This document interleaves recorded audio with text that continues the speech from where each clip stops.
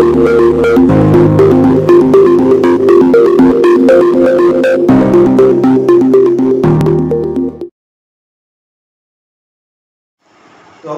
গত ক্লাসটাতে তোমাদেরকে বেসিক ইলেকট্রনিক্সের অধ্যায় 3 এর ফরওয়ার্ড বায়াস রিভার্স বায়াস সম্পর্কে ধারণা দিয়েছিলাম, কিভাবে একটা ডায়োড তৈরি করে সেটি দেখিয়েছি। প্লাস পিএন জাংশন যেগুলো যুক্ত হয়ে একটা ডায়োড হয়, এই পুরো প্রসেসটা তোমাদের দেখেছি। আজকে আমরা দেখাবো এই যে আমাদের পিএন জাংশন ডায়োড বা সেমিকন্ডাক্টর ডায়োড অ্যাকচুয়ালি কীভাবে কাজ করে এই প্রসেসটা। আমরা গত ক্লাসে বায়াস বলতে কী শিখিয়েছিলাম, যে ইলেকট্রনিক্স ডিভাইসকে কার্যক্রম করার জন্য বাইরে থেকে যে আমরা একটা শক্তি প্রয়োগ করি বা সোর্স সংযোগ করি, এটি আমরা বলে থাকি বায়াসিং। এবং এই বায়াসিং দুই প্রকার, একটি হচ্ছে আমাদের ফরওয়ার্ড বায়াস, একটি হচ্ছে আমাদের রিভার্স বায়াস। ফরওয়ার্ড বায়াস বলতে আমরা কি বলবো, ফরওয়ার্ড বায়াসটা হচ্ছে আমাদের ডিভাইসের জন্য উপযোগী বায়াস, আর রিভার্স বায়াসটা হচ্ছে আমাদের অনুপযোগী, কোনো এটা খাওয়ার যোগ্য নয়, কেমন একটা কিছু এরকম বুঝে না। তাহলে ফরওয়ার্ড বায়াস বেলায় পিএন জাংশন কীরকম আচরণ করে আর রিভার্স বায়াস সময় পিএন জাংশন কীরকম আচরণ করে, এটি আমাদের পরীক্ষা আসে। এই ফরওয়ার্ড বায়াস এবং রিভার্স বায়াসের সময় পিএন জাংশনের কারেন্ট প্রবাহ কৌশল আলোচনা করো। ফরওয়ার্ড বায়াস এবং রিভার্স বায়াসের সময় পিএন জাংশন বা সেমিকন্ডাক্টর ডায়োড বা ডায়োডের কারেন্ট প্রবাহ কৌশল আলোচনা করো। আমরা ভিডিও দেখাবো। দেখো, প্রথম আমরা ফরওয়ার্ড বায়াসের সংজ্ঞাটা কি ছিল, ব্যাটারি পজিটিভ এবং আমাদের যে ডিভাইস তার পজিটিভ অংশ এবং ব্যাটারি নেগেটিভ অংশ এবং আমাদের যে ডিভাইস থাকবে তার নেগেটিভ অংশ সাথে যুক্ত করি, তাহলে যে বায়াসটা হয় এটি আমরা কি করে থাকি, ফরওয়ার্ড বায়াস। কারণ আমরা এখানে আমাদের একটা জাংশন নিয়েছি, আমরা সেটা পিএন জাংশন, যাকে আমরা বলে থাকি সেমিকন্ডাক্টর ডায়োড। অ্যাকচুয়ালি এই ডায়োডের পি মানে পজিটিভ, এই পজিটিভের সাথে আমাদের ব্যাটারি পজিটিভ যুক্ত আছে এবং আমাদের ব্যাটারি নেগেটিভ সাথে এন জাংশন বা নেগেটিভের যুক্ত আছে। তাহলে আমরা বলতে পারি এই পিএন জাংশনটা এই মুহূর্তে কোন বায়াস আছে, ফরওয়ার্ড বায়াস। অর্থাৎ যেমন তোমার দরকার তেমন তুমি সংযোগ করছো, পজিটিভ দরকার পজিটিভ, তুমি পজিটিভ দিচ্ছো, নেগেটিভ দরকার নেগেটিভ নেগেটিভ দিচ্ছো, এমন বায়াসটা আমরা কি করে থাকি, ফরওয়ার্ড বায়াস। এখন দেখো ফরওয়ার্ড বায়াসের সময় কি ঘটবে, তুমি যখন এখানে ভোল্টেজ বৃদ্ধি করবা, ব্যাটারি ভোল্টেজ বৃদ্ধি করবা, তো আমরা যখন ব্যাটারি ভোল্টেজকে বৃদ্ধি করবো পজিটিভ দিকে বা ব্যাটারি ফরওয়ার্ড দিকে, তখন এই ব্যাটারি ভোল্টেজ বৃদ্ধির কারণে দেখো এখান থেকে পজিটিভ চার্জ এদিকে যাবে আর এখান থেকে নেগেটিভ চার্জ যাবে। তো তুমি যখন এখানে পজিটিভ বৃদ্ধি করতে থাকবে তখন দেখো এখানে যাবে কি অনেক পজিটিভ চার্জ যুক্ত হবে আর এখান থেকে নেগেটিভ চার্জ যুক্ত হবে। তো যখন আমাদের এখানে ভোল্টেজ বাড়বে তখন দেখো এই যে বলা আছে সমধর্মী চার্জ বিকর্ষণ করবে, সমধর্মী চার্জ বিকর্ষণ করবে এবং বিপরীতধর্মী চার্জ আকর্ষণ করবে, বিপরীতধর্মী চার্জ আকর্ষণ করবে। তার আমাদের দেখো এখানে আমাদের এই যে পজিটিভ, এখানে কি আছে আমাদের পজিটিভ আছে, পজিটিভ বলতে বিকর্ষণ করবে, বিকর্ষণ করে এসে কি হবে, সামনে ধাক্কা দেবে, ঠিক হবে, সামনে ধাক্কা দেবে ও আর বিকর্ষণ সামনে ফেলে দেবে। অনুভাবে এই নেগেটিভ আছে, এই নেগেটিভ কি হবে, বিকর্ষণ করে সামনে ধাক্কা দেবে, সামনে ধাক্কা দেয়। দেখো তো এই ধাক্কাটা কি আসলে কোথায় পড়ে, এইখান থেকে পজিটিভ ধাক্কা দিলে কি এই আমাদের যে একটা স্তর এখানে কি করবে আমাদের অনুরূপভাবে এই পাশে যদি ধাক্কাটা দেই, ধাক্কাটা আসলে এভাবে করবে না, করবে। দেখো সামনে তো একটা ব্যারিকেড দেওয়া আছে, পজিটিভ একটা ব্যারিকেড, নেগেটিভ একটা ব্যারিকেড, একটা বাধা আছে। এখন যদি এই বাধাটা না থাকতো, এই বাধা যদি না থাকতো তাহলে ও কি সরাসরি চলে যেত, এরকম চলে গেছে, নেগেটিভ গেম চলে আসতো। এই যে বাধাটা আছে এই বাধাটার কারণে, এই বাধাটার কারণে আমরা এই যে পজিটিভ এখন কি সরাসরি কি নেগেটিভ যেতে পারছে না। তাহলে দেখো এই যে বাধাটা এটা কতক্ষণ থাকবে, কতক্ষণ থাকবে। দেখো আমাদের পজিটিভ চার্জকে ধাক্কা দিচ্ছে, এই নেগেটিভ চার্জকে ধাক্কা দিচ্ছে, ধাক্কা দেওয়ার ফলে আমাদের এই যে মাঝখানে যে বাধার অংশটা আছে এই অংশটুকু একটা সময় এসে ভেনিশে যাবে, ভেনিশে যাবে। কারণ হচ্ছে গিয়ে ওর ভিতরে বাধা দেওয়ার ক্ষমতা যতটুকু, তুমি যদি তার থেকে বেশি পরিমাণ শক্তি প্রয়োগ করতে পারো তাহলে এই যে জাংশন ও ভেঙে ছেড়ে ভেনিশে যাবে, অর্থাৎ ও এখান থেকে ডিফ্লেকশন লেয়ার হ্রাস পেয়ে যাবে, ডিফ্লেকশন পেয়ে যাবে, হ্রাস পেয়ে যাবে এবং ডিফ্লেকশন লেয়ার হ্রাস পেয়ে যাবে তাহলে কি ভেনিশে গেছে, তাহলে এই ঘরটা থাকবে না, ঘরটা কি থাকবে না। এখন কখন থাকবে না সেই বিষয়টা একটু বোঝার বিষয়। সেটা হচ্ছে আমরা দেখো এখানে আমরা একটা গল্প দেখতে পাচ্ছি তোমাকে। আমরা মনে করি দুজন বন্ধু একটা দোল খাচ্ছি, একটা দোলনায় দোল খাচ্ছি, দোল খাতে মনে করি মোটা বন্ধু আর হচ্ছে কোন বন্ধু। তো যে ভারী হয় সে কিন্তু তোমার চিকন বন্ধু উপরে উঠে যায়, যে ভারী সেটা নিচে, আর যে চিকন সেটা মতো যায় উপরে। এখন দোল খেতে খেতে এক সময় তাদের খুব তৃষ্ণা লাগছে, এখন তারা পানি ফেলেছে। তো পানির বোতলটা ভুলটা মতো চিকন বন্ধুর ব্যাগের ভিতরে রয়ে গেছে। এখন মনে করো ওরে তার পানি দিয়েছে, এখন যখন পানি দিয়েছে মোটা বন্ধু, তার মোটা মানুষ অল্প থাকতে গেছে, পানি দিয়েছে তখন পানি দিয়েছে বন্ধুরা এক ফোনা। এই পানিটা হলো গড়াই ছাই দিয়েছে, এই গড়াই ছাই দেওয়ার পরে পানিটা কি দেবো এই টুলটিতে পড়ে গেছে, এই টুলটিতে পড়ে গেছে। তাহলে দেখো তো পানি কিন্তু মোটা বন্ধু চাইছিল, চিকন বন্ধু চিঠি দিচ্ছিল, আর মোটা বন্ধু কাছে গেছে কোথায় চলে গেছে এই কুয়োর ভিতরে। তাহলে দেখো ও কি বলবে, বন্ধু তোমার কাছে পানি ছিল, পানি দিবে না কেন, তো পানি দাও। ও কি আবার পানি দিবে, ও পানি দিবে আবার পানি দিবে, সেই পানি ভয় করে আবার এখানে আসবে, তখন ওখানে পানি যাবে না। এরকম চিকন বন্ধু আস্তে আস্তে পানি দিতে দিতে যখন আমাদের এই পুরো সমপরিমাণ ফিল আপ করে ফেলবে, সমপরিমাণ ফিল আপ করে ফেলবে পানি দিতে। এরপরে যখন চিকন বন্ধু একটু পানি দেয়, যতটুকু পানি দেয় ঠিক তত মানে সমপরিমাণ পানি ও পেয়ে গেল। ও যদি এরপরে 1 ফোঁটা দেয় 1 ফোঁটা ব্যবহার পাবে, ও যদি এরপরে 100 ফোঁটা দেয় ও 100 ফোঁটাই পাবে। তখন পাবে এই যখন পুরোটা ফিল হওয়ার পরে, এই পুরোটা ফিল হওয়ার পরে এরা কিছু পেয়েছে তাইনি। তাহলে এই যে ঘটনাটা, এই ঘটনাটা মধ্যে এখানে কাজ করে। খেয়াল করো এইটা আমাদের জাংশন, এই জাংশন হচ্ছে কুয়ো, এই জাংশনটা হচ্ছে কুয়ো, অর্থাৎ যে ডিপ্রেশন লেয়ার, এই ডিপ্রেশন লেয়ার হচ্ছে কুয়ো। যে কুয়োর ভিতরে তুমি যখন ভোল্টেজ মানে তোমার পানি ধীরে ধীরে ফিল আপ করবা, এরপর থেকে পানি পাওয়া শুরু করবে। তখন পজিটিভ, এটা হচ্ছে পজিটিভ, এই পজিটিভ সে যাচ্ছে, যাওয়ার পরে এই কুয়োর মধ্যে পড়ে যাচ্ছে, এই কুয়োর মধ্যে কি পড়ে যাচ্ছে, পরিমাণে নেগেটিভ গিয়ে এই কুয়োর মধ্যে পড়ে যাচ্ছে। যখন আমাদের এই পজিটিভ চার্জ নেগেটিভ চার্জ এই কুয়োর মধ্যে পড়তে পড়তে কুয়ো ফিল আপ হয়ে যাবে, মনে করে কি কুয়োটা ফিল আপ হয়ে যাবে।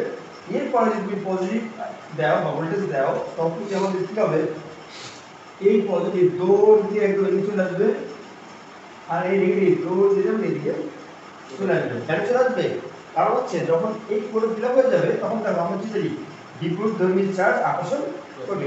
এখানে কি আছে নেগেটিভ, এখানে কি আছে পজিটিভ, তাহলে এটা বিপরীত কারণ এই পজিটিভকে নেগেটিভ আকর্ষণ করবে, তাহলে পজিটিভ নেগেটিভ আকর্ষণ করে নেগেটিভ চলে আসবে, বল করবে নেগেটিভ পজিটিভ আকর্ষণ করে ওদিকে নিয়ে যাবে।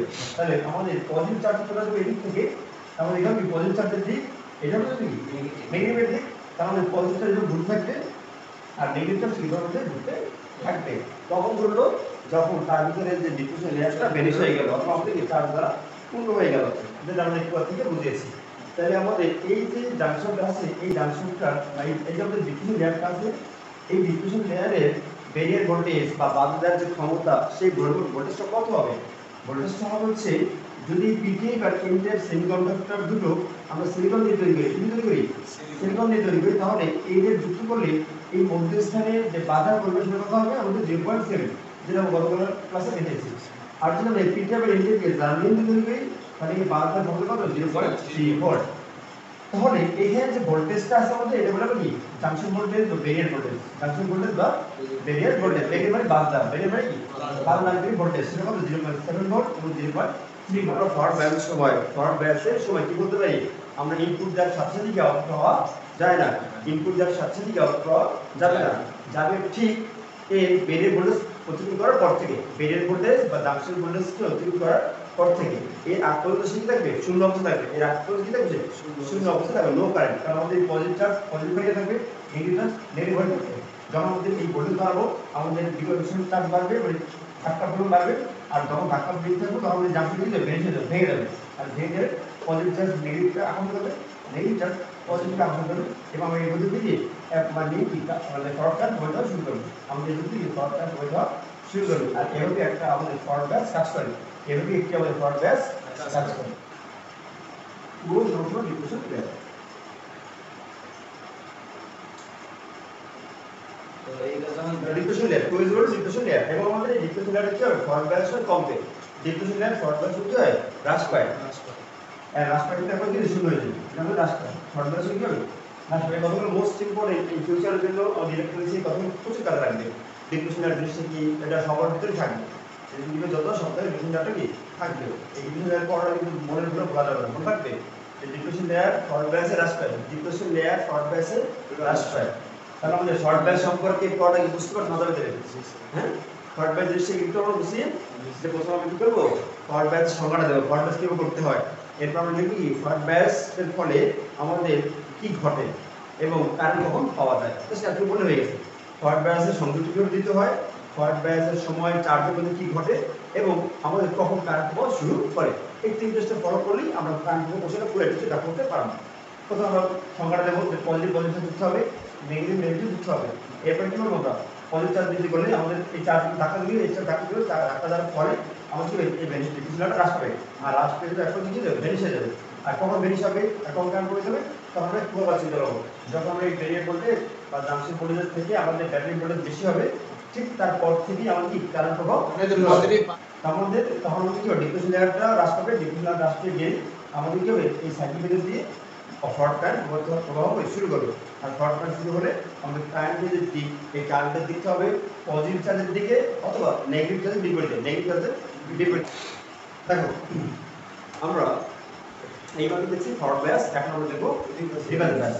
রিভার্স বায়াসের বেলা আমরা কি বলবো, সেই একই কথা। প্রথমে আমরা রিভার্স বায়াস জিনিসটা কিভাবে করতে হয় সেটা দেখাবো। যে আমাদের টার্মিনালের নেগেটিভ এবং ব্যাটারির পজিটিভ এবং আমাদের টার্মিনালের পজিটিভ ব্যাটারির নেগেটিভ এভাবে যুক্ত হয়ে যে অপারেশন সম্পূর্ণ করি আমরা, এটাকে বলবো যে বায়াস সম্পূর্ণ হয় একে আমরা বলতে কি রিভার্স বায়াস। তো রিভার্স বায়াসের জন্য আমরা প্রথমে কি করবো, রিভার্স বায়াসের সংজ্ঞাটা দেবো কিভাবে রিভার্স বায়াস করতে হয়। এরপর আমরা যে বিষয়টা করবো সেটা হচ্ছে রিভার্স বায়াসের ফলে আমাদের কারেন্টটা কিভাবে যাচ্ছে এবং আমাদের চার্জের মধ্যে যে আকর্ষণ বিকর্ষণ ঘটবে সেই বিষয়গুলো দেখাবো। এই বিষয়ে দেখানোর জন্য আমরা কি করবো, দুইটা গল্প সাজাবো। দেখো রিভার্স বায়াসের অপারেশনটা বোঝার জন্য আমরা দুটি গল্প তোমাদের সামনে রিপ্রেজেন্ট করতেছি। এই যে আমাদের পি টাইপ এবং এন টাইপ যে ঘর দুটো আছে, পি টাইপ এবং এন টাইপ ঘর দুটো আছে, এই ঘর দুটোকে আমরা মনে করি, এই ঘর দুটো আমরা মনে করি একটি হচ্ছে বাংলাদেশ এবং আমাদের যে মাঝখানে যে জাংশন বা ডিপ্রেশন লেয়ারটা আছে এটাকে আমরা মনে করি বাংলাদেশের অবস্থানরত মিয়ানমার থেকে আসা রোহিঙ্গা। কারণ কি আমরা জানি এখানে চার্জ বেশি থাকে, পিঠের ভিতরে চার্জ থাকলে পরে বেশি থাকবে, এর ভিতরে বেশি থাকবে, এগুলো হচ্ছে বাংলাদেশে একদম স্থায়ী বাসিন্দা। আর এই বাসিন্দাদের ভিতরে অল্প যদি কিছু চার্জ যুক্ত হয় যাদের কারণ বলতে নিরপেক্ষ, যাদের কি বলতে আমরা নিরপেক্ষ, আর নিরপেক্ষ চার্জগুলো রাউন্ড ক্লাস করে দেয়। দেখো আমরা এই নিরপেক্ষ চার্জ কি দিচ্ছি না রাউন্ড ক্লাস করে দিচ্ছি, তারা এগুলো যুক্ত আছে রাউন্ড ক্লাস করে দিলাম। আমাদের এই মিয়ানমারের যে রোহিঙ্গা যারা আছে তারা কি করছে আমার দেশের ভিতরে এসে কি একটা সেল তৈরি করছে, থাকার জন্য জায়গা খুঁজে নিয়েছে। এটা তো আমরা বাংলাদেশের মূল নাগরিক, এটা কি বাংলাদেশের মূল নাগরিক, আর এটা কি আমাদের রোহিঙ্গা থাকবে ভালো বড় তখন যখন এখান থেকে ব্যাটারি ভোল্টেজ বৃদ্ধি করবো, ব্যাটারি ভোল্টেজ কি করবো বৃদ্ধি করবো বাড়াবো, তাহলে এখানে থেকে দিতে হবে